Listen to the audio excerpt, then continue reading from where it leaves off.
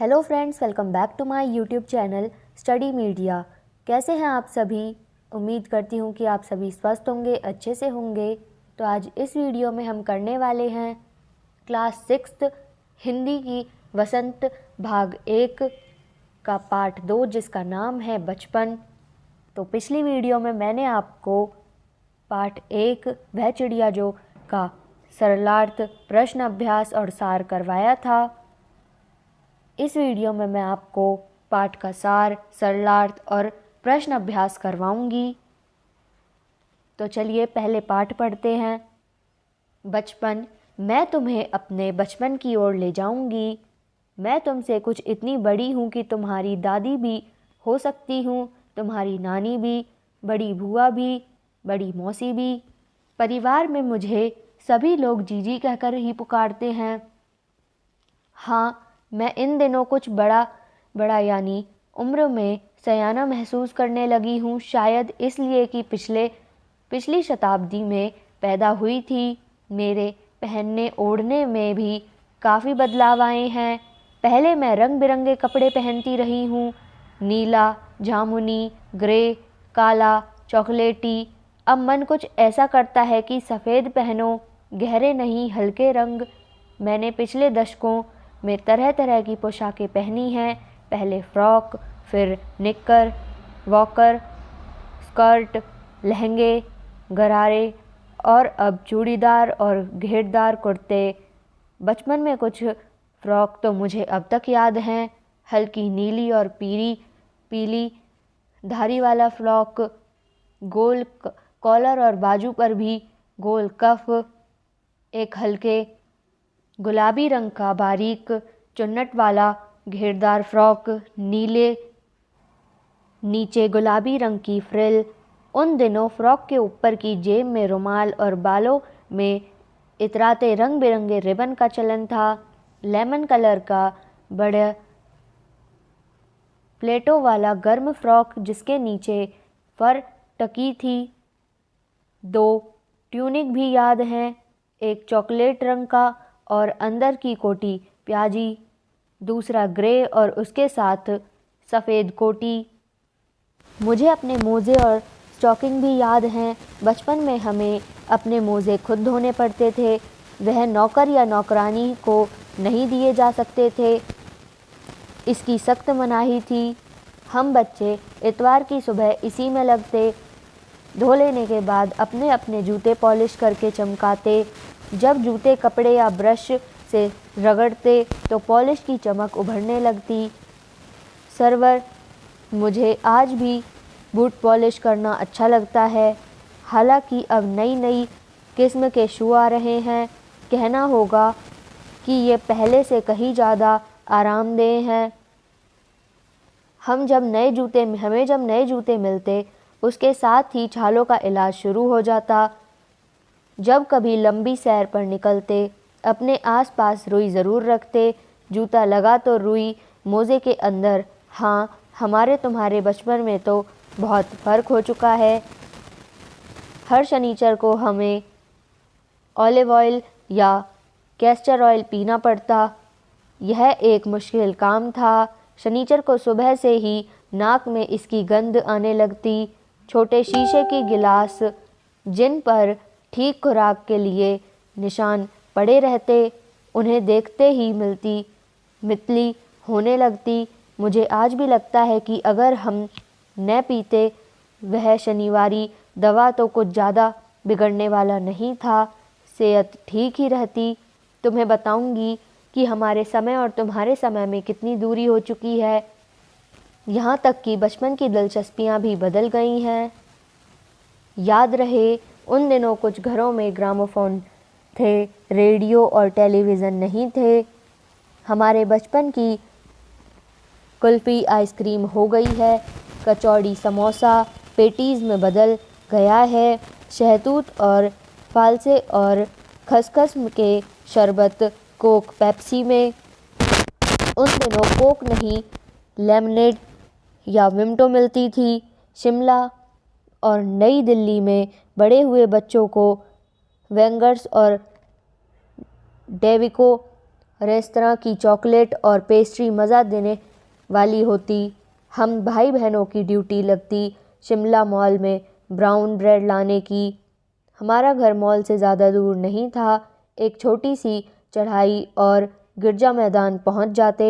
वहां से एक उतराई उतरते और मॉल पर कन्फेक्शनरी काउंटर पर तरह तरह की पेस्ट्री और चॉकलेट की खुशबू मन भावनी। हमें हफ्ते में एक बार चॉकलेट खरीदने की छूट थी। सबसे ज़्यादा मेरे पास ही चॉकलेट टॉफ़ी का स्टॉक रहता। मैं चॉकलेट लेकर खड़े खड़े कभी न खाती, घर लौटकर साइड बोर्ड पर रख देती और रात के खाने के बाद बिस्तर में लेटकर मज़ा लेके खाती। शिमला के काफ़ल भी बहुत याद आते हैं। खट्टे मीठे, कुछ एकदम लाल, कुछ गुलाबी, रस भरी कसमल सोचकर ही मुंह में पानी भर आए। चेस्टन और एक और गज़ब की चीज़, आग पर भुने जाते और फिर छिलके उतारकर मुंह में। चने ज़ोर गरम और अनारदाने का चूर्ण। हाँ, चने ज़ोर गरम की पुड़िया जो तब थी वह अब भी नज़र आती है। पुराने कागज़ों में बनाई हुई इस पुड़िया में निरा हाथ का कमाल है।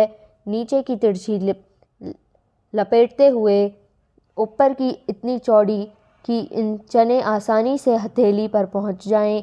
एक वक्त था जब फिल्म का गाना चना ज़ोर गरम बाबू में लाया मज़ेदार चना ज़ोर गरम उन दिनों स्कूल में हर बच्चे को आता था। कुछ बच्चे पुड़िया पर तेज मसाला बुरकवाते। पूरा गिरजा मैदान घूमने तक यह पुड़िया चलती। एक एक चना पापड़ी मुंह में डालने और कदम उठाने में एक खास ही लय रफ्तार थी। छुटपन में हमने शिमला रिज पर बहुत मज़े किए हैं, घोड़ों की सवारी की है। शिमला के हर बच्चे को कभी न कभी यह मौका मिल ही जाता है। हम जाने क्यों घोड़ों को कुछ कमतर करके समझते, उन पर हंसते थे। ननिहाल के घोड़े खूब हुष्ट-पुष्ट और खूबसूरत, उनकी बात फिर कभी। शिमला शाम को रंग बिरंगे गुब्बारे, सामने जाखू का पहाड़, ऊंचा चर्च की घंटियां बजती तो दूर दूर तक उनकी गूंज फैल जाती। लगता इसके संगीत से प्रभु यीशु स्वयं कुछ कह रहे हैं। सामने आकाश पर सूर्यास्त हो रहा है। गुलाबी सुनहरी धारियां नीले आसमान पर फैल रही हैं। दूर दूर फैले पहाड़ों के मुखड़े गहराने लगे और देखते देखते बत्तियां टिमटिमाने लगीं। रिज पर की रौनक और माल से दुकानों की चमक के भी क्या कहने। स्कैंडल पॉइंट की भीड़ से उभरता कोलाहल। सर्वर स्कैंडल पॉइंट के ठीक सामने उन दिनों एक दुकान हुआ करती थी जिसके शोरूम में शिमला कालका ट्रेन का मॉडल बना हुआ था। इसकी पटरियां, उस पर खड़ी छोटे छोटे डिब्बों वाली ट्रेन, एक और लाल टीन की छत वाला स्टेशन और सामने सिग्नल देता खंबा, थोड़ी थोड़ी दूरी पर बनी सुरंगें। पिछली सदी में तेज़ रफ्तार वाली गाड़ी वहीं थी। कभी कभी हवाई जहाज़ भी देखने को मिलते। दिल्ली में जब भी उनकी आवाज़ आती बच्चे उन्हें देखने बाहर दौड़ते। दिखता एक भारी भरकम पक्षी उड़ा जा रहा है पंख फैलाकर, यह देखो और वह गायब। उसकी स्पीड भी इतनी तेज लगती। हाँ, गाड़ी के मॉडल वाली दुकान के साथ एक और ऐसी दुकान थी जो मुझे कभी नहीं भूलती। यह वह दुकान थी जहाँ मेरा पहला चश्मा बना था। वह आँखों के डॉक्टर अंग्रेज़ थे। शुरू में चश्मा लगाना बड़ा अटपटा लगा। छोटे बड़े मेरे चेहरे की ओर देखते और कहते, आँखों में कुछ तकलीफ़ है, इस उम्र में ऐनक, दूध पिया करो। मैं डॉक्टर साहब का कहा दोहरा देती, कुछ देर पहनोगे तो ऐनक उतर जाएगी। वैसे डॉक्टर साहब ने पूरा आश्वासन दिया था, लेकिन चश्मा तो अब तक नहीं उतरा। नंबर बस कम ही होता रहा। मैं अपने आप इसकी जिम्मेवार हूँ। जब आप दिन की रोशनी को छोड़कर रात में टेबल लैंप के सामने काम करेंगे तो इसके अलावा और क्या होगा। हाँ, जब पहली बार मैंने चश्मा लगाया तो मेरे एक चचेरे भाई ने मुझे छेड़ा, देखो देखो कैसी लग रही है। आँख पर चश्मा लगाया ताकि सूझे दूर की, यह नहीं लड़की को मालूम सूरत बनी लंगूर की। मैं खीजी कि मुझ पर यह क्यों दोहराया जा रहा है, पर शेर बुरा न लगा। जब वह चाय पीकर चले गए तो मैं अपने कमरे में जाकर आईने के सामने खड़ी हो गई। कई बार अपने आप को देखा, ऐनक उतारी, फिर पहनी, फिर उतारी, देखती रही, सूरत बनी लंगूर की, नहीं नहीं, हाँ हाँ। मैंने अपने छोटे भाई का टोपा उठाकर सिर पर रखा। कुछ अजीब लगा, अच्छा भी और मजाकिया भी। तब की बात थी, अब तो चेहरे के साथ घुल मिल गया है। चश्मा जब कभी उतारा हुआ होता है तो चेहरा खाली खाली लगने लगता है। याद आ गया वह टोपा, काली फ्रेम का चश्मा और लंगूर की सूरत। हाँ, इन दिनों शिमला में मैं सिर पर टोपी लगाना पसंद करती हूँ। मैंने कई रंगों की जमा कर ली हैं, कहाँ दुपट्टों का ओढ़ना और कहाँ सहज सहल सुभीते वाली हिमाचली टोपियाँ।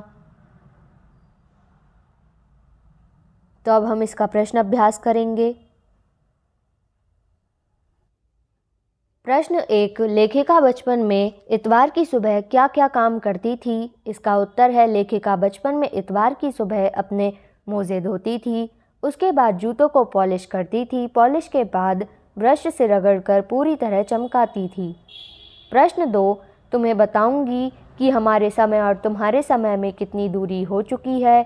यह कहकर लेखिका क्या क्या बताती है। इसका उत्तर है, पहला, लेखिका बताती है कि पिछले कुछ घरों में ग्रामोफोन होते थे जिससे मनोरंजन होता था, लेकिन आज टेलीविज़न के साथ कई मनोरंजन की चीज़ें आ गई हैं। दूसरा, लेखिका के समय में कुल्फ़ी अब आइसक्रीम हो गई है। तीसरा, पहले कचौड़ी, समोसा और अब पेटीज़ का ज़माना आ गया है। चौथा, पहले के शहतूत, फालसे और खसखस का शरबत का स्थान अब पेप्सी ने ले लिया है। प्रश्न 3, पाठ से पता करके लिखो कि लेखिका को चश्मे क्यों लगाना पड़ा। चश्मा लगाने पर उसके चचेरे भाई और उसे क्यों चिढ़ाते थे। इसका उत्तर है, लेखिका की आंखों की रोशनी कम होने के कारण उसे चश्मा लगाना पड़ा। पहले चश्मा कोई व्यक्ति लगाता था, जो लगा लेता था तो अटपटा सा लगता था, इसलिए चचेरे भाई उसे चिढ़ाते थे। प्रश्न 4, लेखिका बचपन में कौन कौन सी चीज़ें मज़ा लेकर खाती थी, उसमें से प्रमुख फलों के नाम लिखो। इसका उत्तर है, लेखिका बचपन में चॉकलेट और टॉफ़ी मज़ा लेकर खाती थी। वह खट्टे मीठे फल कसमल बड़े चाव से खाती थी। चेस्टनट भूनकर और छीलकर खाती थी। अब हम इसके बहुविकल्पीय प्रश्नोत्तर करेंगे। तो पहला प्रश्न है, बचपन पाठ किस विधा की रचना है। इसका उत्तर है ऑप्शन सी, संस्मरण। प्रश्न 2, लेखिका बचपन में कैसे कपड़े पहनती थी। इसका उत्तर है ऑप्शन डी, रंग बिरंगे। प्रश्न 3, लेखिका बचपन में वस्त्रों में से कौन से वस्त्र को याद करती है। इसका उत्तर है ऑप्शन ए, फ्रॉक। प्रश्न 4, बचपन पाठ की लेखिका का नाम क्या है। इसका उत्तर है ऑप्शन ए, कृष्णा सोबती। प्रश्न 5, छुटपन शब्द का क्या अर्थ है। इसका उत्तर है ऑप्शन सी, बचपन। प्रश्न 6, बचपन में लेखिका को क्या करना अच्छा लगता था। इसका उत्तर है ऑप्शन बी, टोपी पहनना। प्रश्न 7, गंध शब्द का क्या अर्थ है। इसका उत्तर है ऑप्शन बी, महक। प्रश्न 8, बचपन में पैरों में छाले क्यों पड़ जाते थे। इसका उत्तर है ऑप्शन डी, नए जूते पहनने से। प्रश्न 7, गंध शब्द का क्या अर्थ है? इसका उत्तर है ऑप्शन ए महक।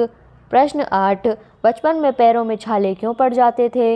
इसका उत्तर है ऑप्शन डी नए जूते पहनने से।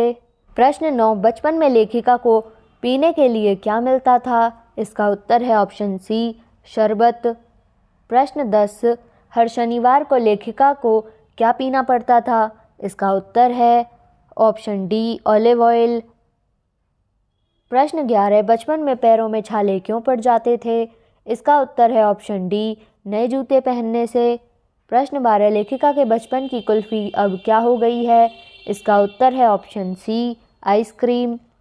प्रश्न 13, लेखिका के भाई बहनों की ड्यूटी शिमला में क्या करने के लिए लगती थी? इसका उत्तर है ऑप्शन सी ब्राउन ब्रेड लाने के लिए। प्रश्न 14, दोनों बच्चों को किसने सुलाया था? इसका उत्तर है ऑप्शन बी अम्मा जी ने। प्रश्न 15, लेखिका को चश्मा क्यों लगा था? इसका उत्तर है ऑप्शन डी आंखों में तकलीफ के कारण। प्रश्न 16, लेखिका को हफ्ते में क्या खरीदने की छूट थी? इसका उत्तर है ऑप्शन ए चॉकलेट। प्रश्न 17, लेखिका को देखकर छोटे बड़े क्या कहते थे? इसका उत्तर है ऑप्शन डी उपरोक्त सभी, यानी कि आंखों में कुछ तकलीफ है, इस उम्र में ऐनक, दूध पिया करो। प्रश्न 18, दुकान के शोरूम में किसका मॉडल बना हुआ था? इसका उत्तर है ऑप्शन डी ट्रेन का। तो यहाँ पे ये वीडियो ख़त्म होती है। अगली वीडियो में मैं आपको पार्ट 3 नादान दोस्त की कहानी करवाऊँगी। ये वीडियो आपको कैसी लगी मुझे कमेंट करके ज़रूर बताएं। वीडियो को लाइक करें, शेयर करें और चैनल को सब्सक्राइब करना ना भूलें। Thank you.